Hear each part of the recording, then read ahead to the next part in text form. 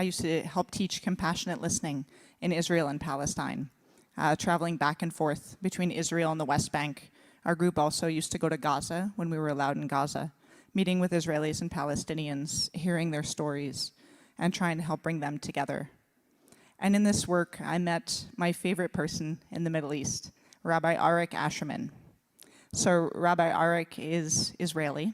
As you'd imagine, he's American-born, but he's lived in Israel for decades now. And he's one of the founders of Rabbis for Human Rights, this amazing organization that tries to bring together Israelis to help support Palestinians as they face oppression from the Israeli government. So one of the things Rabbi Arik does is he organizes people around the time of the olive harvest. So he brings other Israelis and rabbis together wearing bulletproof vests and surrounds the Palestinians as they're doing their olive picking and helps them pick olives.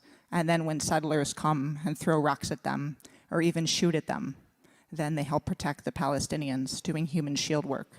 So that's one of the things he often does. But one of the other things he does, which is my favorite thing he does, is when there's going to be a Palestinian house set to be demolished by a bulldozer, he'll go, and he always wears a kippah because he is a rabbi, but he'll also wear the tefillin, which he doesn't necessarily always wear. So he stands out very much as a rabbi, the long cloak that's white and blue. And he'll go and he'll take a copy of the Torah, or sometimes copies of international law, and he'll climb up on top of the Palestinian house that's said to be demolished. And he'll read the Torah, and he has a bullhorn. And he'll be reading the Torah there very prominently, looking like a rabbi with a giant Torah. And when the bulldozer comes to knock down the house, he'll use the bullhorn. He'll start reading from the Torah. And he'll read, in here, this is also your holy book. This says, thou shalt not steal. This says, thou shalt not kill. This is all in here. You can read it too. Or he'll read from the international law and say, these are the laws. What are you doing coming here with a bulldozer? So, of course, he gets arrested. So he spends a lot of time in prison. So my Israeli partner, who I used to help lead these trips with, Yael, she said on Fridays, we always have to go see Rabbi Arik.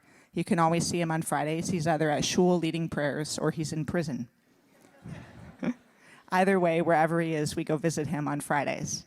And so Reverend Beth and I were talking about this, that there are 3 places sometimes that we can find God.